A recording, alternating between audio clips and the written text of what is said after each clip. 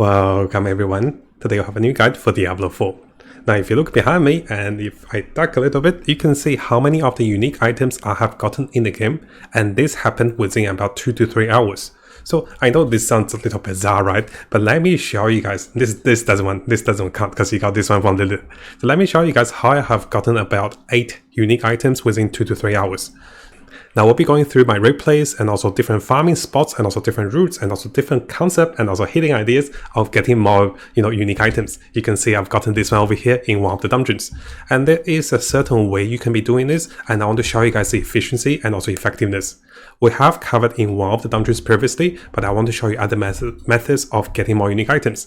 So this video will be a focus guide of how to get more unique items in the game, including the nightmare dungeons, including different dungeon locations and also different methods. Now, one of the reasons I wanted to make this video is, before when I was making this poll with everyone, this was about 20 hours ago, I only had one unique item, and that was from Lilith. So now, after getting so many unique items, I really want to share this build, and not really this build, this method of getting more unique items. All of a sudden, I have over 8 items, so I can vote myself over here on the top 7%. And if you guys find this video helpful and get more unique items, come over here and give us a vote to tell us how many more unique items you got. Maybe you got 2 to 3 before, and hopefully we can get you over to 10 and plus 11 items. Now this video will be broken down into 2 parts. The first part, I'll show you guys the 2 dungeons I have found to be giving us a lot of rare items and also lots of experience and also, a lot of more jobs with the unique items. There is a much easier method to be farming this one. If you're going for solo, there's a map you can go for. If you have multiple players, you can go for a different map. And the only downside of doing this method is that even though it is very quick, you can use the resetting method. The downside is the items you get, the item grid you get from normal dungeons is much lower than your current level.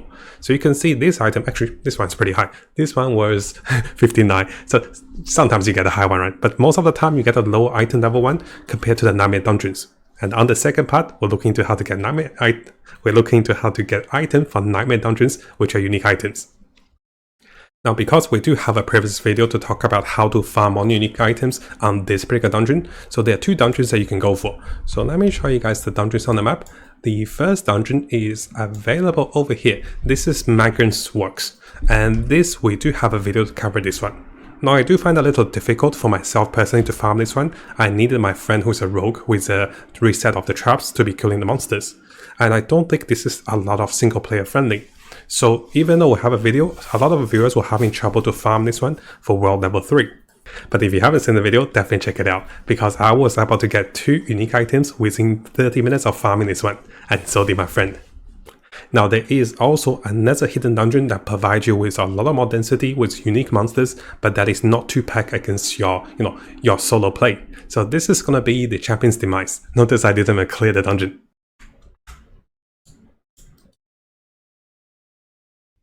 So let me briefly walk you guys through the Champion's Demise. So this is the dungeon I recommend if you guys are going for solo, for farming for some early uniques to start up your build. Now, of course, guys, the item level won't be as high compared to nightmare dungeons.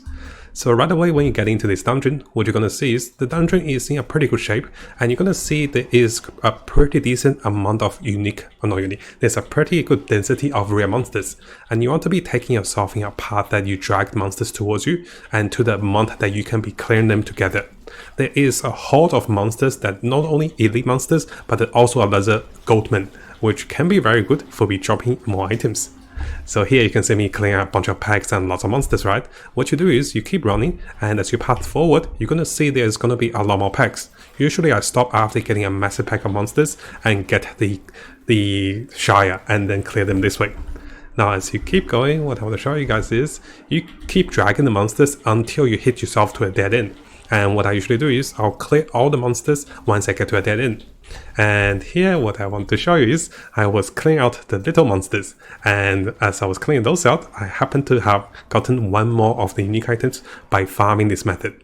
So yes, this is the Champion's Demise, and this particular dungeon will be a little easier for you to be farming compared to the Migrant's Works, because this one, the high density, sometimes is just too high, and it's much harder for a single player. For 1 player over here, this is much better. Now, because you're playing as 1 player, and what you can do is you can use the leave dungeon method. Once you clear the dungeon, you leave the dungeon, and then you wait for 60 seconds to join the game again to reset the dungeon. Now if you are playing a party, come over to this video which will show you guys how to reset in a party. So you basically leave the party as a leader, and then this will reset the party and also reset the dungeon. Now let's briefly talk about how to get more rare items, more unique items, and also more legendaries from the dungeons, that is Nightmare Dungeons. What I want to highlight to you guys is you got to look for the beneficial buff that is available in the dungeon. And me and my friend have been filtering and also looking and also crafting for a lot of more dungeon affixes that is giving us more magic find. And this is the biggest secret. This is how within 1 hour we're able to get over 4 unique items. And this is actually really massive. So half of my unique items that I have gotten in the game is actually from farming Nightmare Dungeons, going in for the special effects that provide us with a buff of magic find. So let me show you guys in the game what we have over here. You can see I have a lot of different affixes, or not affixes, I have a lot of different sigils, and the sigil you want is going to be the magic find one. And you can see this one over here. And this allows us to be farming, focus on those kind of dungeons instead of the other dungeons that provide you with, some okay buffs, but they're not really here to help you get more items. Now, a small tip about farming those Nightmare Dungeons. Sometimes you and your friend can be dying in the dungeons and you have a limited amount of revives.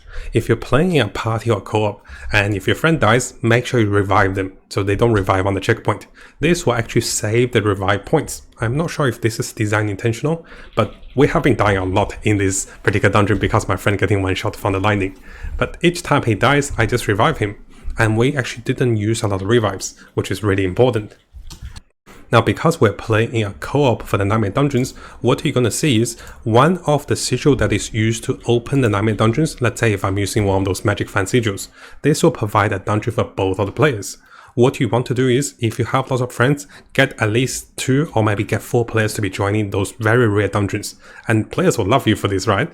So how do you get more magic fan dungeons is that you keep your magic fan dungeons and find more players that also have magic fan dungeons. So make sure you join us on Discord, because we'll have groups that goes for magic fan hunts, and this will help you to get a lot more uniques. And similarly, because you're going in a group and you tend to have so many more sigils, so what we start to do is I start to disenchant the lower ones, so this way I can be going for the other ones. So notice that I kind of don't need the lower ones.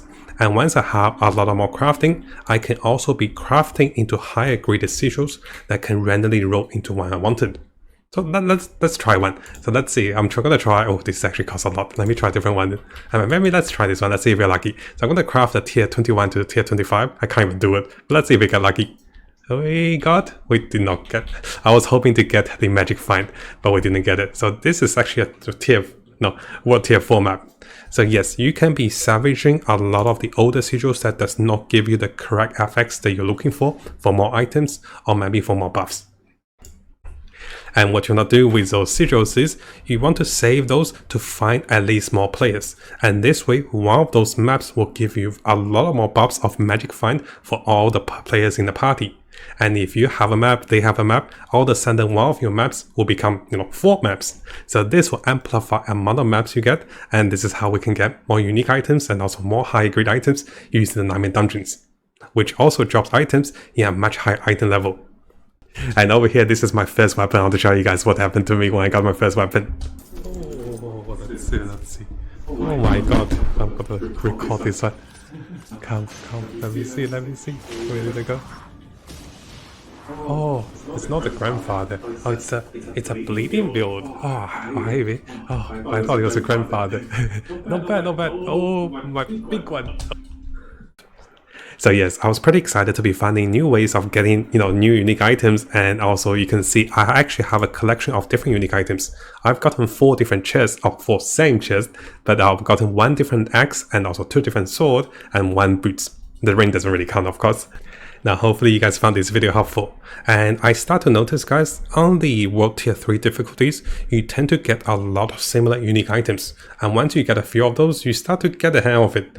But in the future, once you get to World Tier 4, and if you use this similar method, you can be getting a lot more unique items. I'm looking for the grandfather, and if I find that one, I'll be really happy. Now, if you guys haven't subscribed, it is a really good time to do so, because I'll be covering tons of Diablo 4 related topics and also videos and also guides. we'll be looking to the top meta builds, non-meta builds, leveling up, and also Paragon tricks. We're also looking to the latest events and also official updates, and also changes to different characters and also different builds in the game. So make sure you hit that subscribe button and also turn the notification on, because a lot of you who are watching the videos have not subscribed. You can see 80% of the viewers who are watching our videos have not subscribed, so make sure you subscribe to stay tuned for the latest update for Diablo 4.